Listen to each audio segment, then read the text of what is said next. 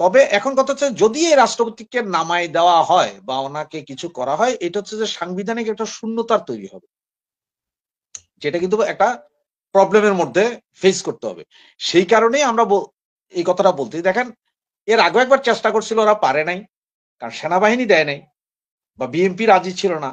এবং 3 তারিখ আজকের দিনের কথা বলা হয়েছিল, এবং আজকের দিনে এটা তো পুরোপুরি ওদের প্ল্যান ছিল, কিন্তু ওই যে আপনার ইয়েটা বের হয়ে যাওয়ার কারণে, গোয়েন্দা তথ্যটা মানুষের সামনে চলে আসার কারণে এটা নিয়ে কালকে সারাদিন ব্যাপক হইচই হয়েছে, যার কারণে আজকের এটা স্টপ করছে। আবার স্টপ করতে যাই কি করছে দেখেন, গতকাল রাতে সম্ভবত বাংলাদেশ সময় 8টা বা 9টার সময় তাদের অফিসের সামনে তাদের গাড়িতেই বোমা হামলা করছে, ককটেল চার্জ করাইছে।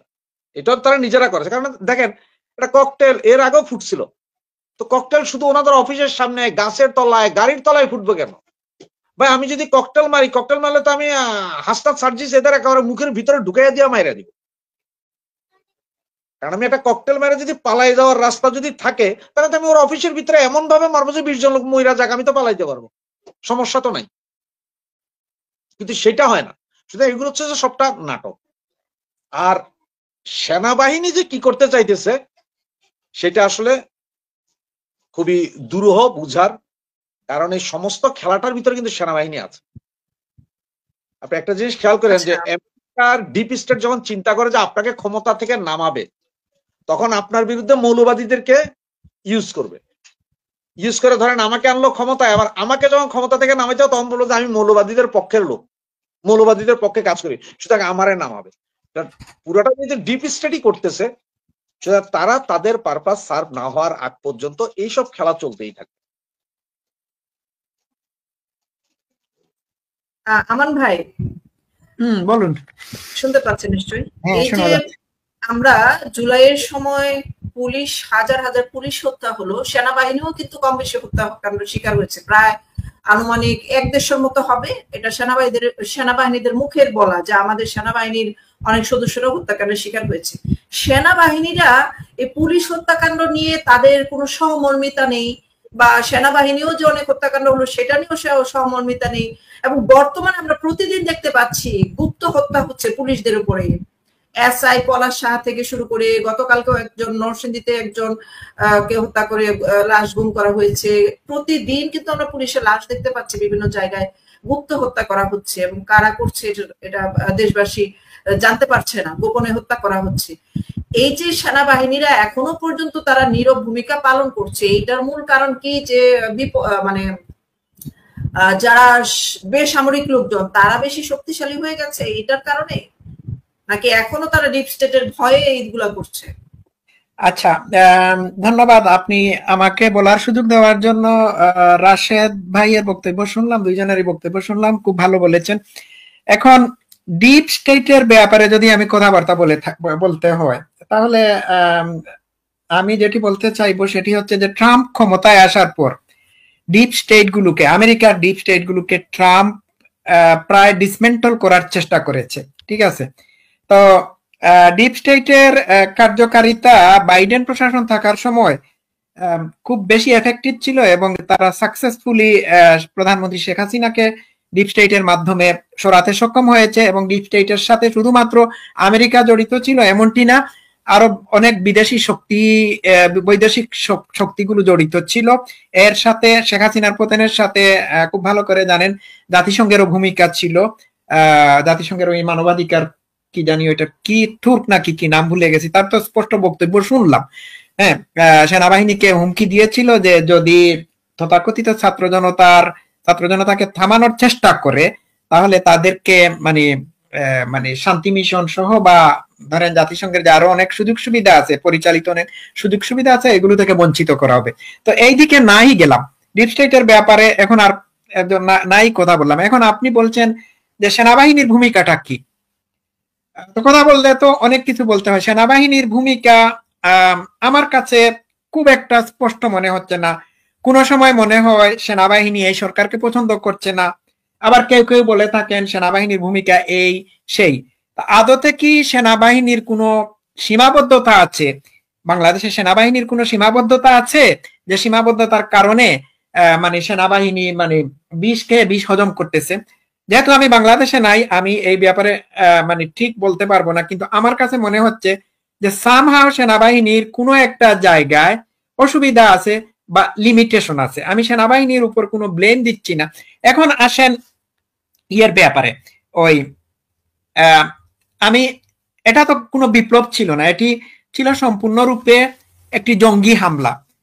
যদি বিপ্লব হতো, যদি এটি বিপ্লব হতো বা গণ অভ্যুত্থান হতো, তাহলে সেনাবাহিনীর সকল সদস্য, বেশিরভাগ সদস্য, সারা বাংলাদেশের সকল পুলিশ, বাংলাদেশের আপামর জনসাধারণ সবাই রাস্তা, সবাইকে নিয়ে জামাতি ইসলামী শেখ হাসিনার পতন ঘটাতে পারত। এখন আমাকে বলুন, যে জামাতি ইসলামী বা ইসলামী ছাত্র শিবিরের নেতৃত্বে মানে শেখ হাসিনার পতন ঘটানো হয়েছে, তারা কি দেশের সংখ্যাগরিষ্ঠ মানুষের ভোটের দ্বারা নির্বাচিত? দেশের সংখ্যাগরিষ্ঠ মানুষের দল থেকে উঠে আসা মানুষ? উত্তর হচ্ছে না। আমি পৃথিবীর কয়েকটা বিপ্লবের কথা বলবো, যেমন ধরুন, আমার যদিও পছন্দ না ইরানের ইসলামিক বিপ্লব বা রেভলিউশন, আমার পছন্দ না, ঠিক আছে, কিন্তু ইরানে যখন আয়াতুল্লাহ খুমেনি তার মুল্লাদেরকে নিয়ে এই বিপ্লব ঘটায়, তখন তার এই বিপ্লবের পিছনে সারা দেশের মানুষ সম্পৃক্ত ছিল, জড়িত ছিল। কিন্তু বাংলাদেশের এটির ব্যাপারে সারা দেশের মানুষ জড়িত না। এটা হচ্ছে চিটিং বিপ্লব। সমস্যাটা এই জায়গায়, আমি একটু, আমাকে যদি কিছু সময় দেন, আমি একটু ব্যাখ্যা বিশ্লেষণ করবো। রাশেদ ভাই, আপনি কিছু মনে নিয়েন না, আপনার মূল্যবান বক্তব্য শুনবো। এখন আমার কথা পয়েন্ট টু বি নোটেড, আপনারা খেয়াল করবেন। জামাতে ইসলাম একটা রাজনৈতিক দল, একটা জঙ্গি রাজনৈতিক দল, ঠিক আছে। জামাতি ইসলাম কি ক্ষমতায় যাওয়ার জন্য এই মুহূর্তে সম্পূর্ণরূপে তার জমিন প্রস্তুত করে রেখেছিল? ক্ষমতায় যাওয়ার জমিনটা কি তার উর্বর ছিল? সোজা উত্তর হচ্ছে না, কারণ এটি হচ্ছে জনবিচ্ছিন্ন একটি রাজনৈতিক দল। এটির মধ্যে মানে সংসদের নির্বাচনে গেলে, মানে সংসদীয় নির্বাচনে গেলে 5টা সিট পাবে কিনা সন্দেহ আছে। জামানত যেমন জামাতের সাদা শকুনুর রহমান, তার জামানত বাজেয়াপ্ত হতে পারে। এখন এমন একটি দল দাবি করছে যে এটি গণ অভ্যুত্থান ছিল। এখন গণ অভ্যুত্থান হতে হলে তো জনগণের সমর্থন থাকতে হবে। তারা তো এই গণ অভ্যুত্থানের জন্য এখন প্রস্তুত না।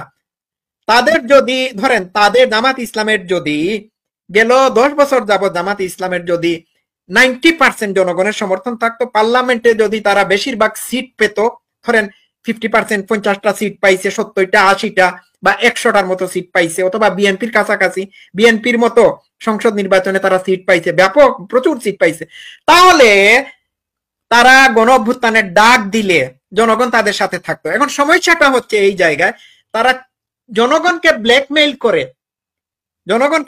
করে রাস্তায় নামিয়ে একটা বৈধ সরকারের পতন ঘটিয়েছে। আর পতন ঘটানোর পরে তারা যখন বলছে যে এটি গণ অভ্যুত্থান, তখন তারা বুঝতে পারতেছে যে তাদের পায়ের তলায় মাটি নাই, জনগণের তাদের প্রতি সমর্থন নাই, জনগণ তাদের সাথে অংশগ্রহণ করে নাই। জনগণকে ভুলভাবে বুঝিয়ে তারা চিটিং করে একটা কাজ করেছে। এখন যে দলের জনগণের সাথে কোনো সম্পৃক্ততা নাই, জনগণের সাপোর্ট নাই, সেই দল ক্ষমতায় টিকে থাকার জন্য রাষ্ট্রপতিকে হত্যা করার প্ল্যান করবে। খুব ভালো করে খেয়াল করবেন, ক্ষমতায় টিকে থাকার জন্য ভোট ডাকাতি করবে, ক্ষমতায় টিকে থাকার জন্য নানান ধরনের হাবিজাবি কাজ করবে, কারণ তাদের জনভিত্তি নাই। আর এমন অবস্থায় জামাত ইসলামী আছে এখন ইউনূসকে সামনে রেখে। ইউনূস হচ্ছে একটা ইন্টারন্যাশনাল ইমেজ, তাদের দরকার, ইউনূসকে তাদের দরকার, এই কাঠ পুতুলকে তাদের দরকার, আন্তর্জাতিক সমর্থন আদায় করার জন্য এই পুতুলকে দরকার তাদের।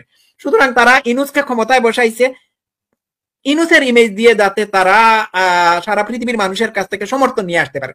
এখন জামাত যদি সম্পূর্ণরূপে জনগণের সমর্থনে এই বিপ্লব ঘটাতো, তাদের চিটিং বিপ্লব ঘটাতো, গণ অভ্যুত্থান ঘটাতো, তাহলে জামাতের এত হয়রানি, এত পেরেশান হওয়ার কোনো দরকার ছিল না, কারণ জনগণ তাদের কাছে সাথে আছে। জনগণ নাই, যার কারণে তারা এনসিপি, তারপর এইটা সেইটা, তারপর ওই অমুককে মারো তমুককে মারো, বিএনপি কে চাঁদাবাজিতে লিপ্ত রেখে বিএনপির জনভিত্তি, জনসমর্থন কমিয়ে দাও, তারপর আমরা জনগণের কাছে যাব। এখন জনগণের দূর গড়ায় তারা যাচ্ছে, জনগণকে তাদেরকে গ্রহণ করতেছে না।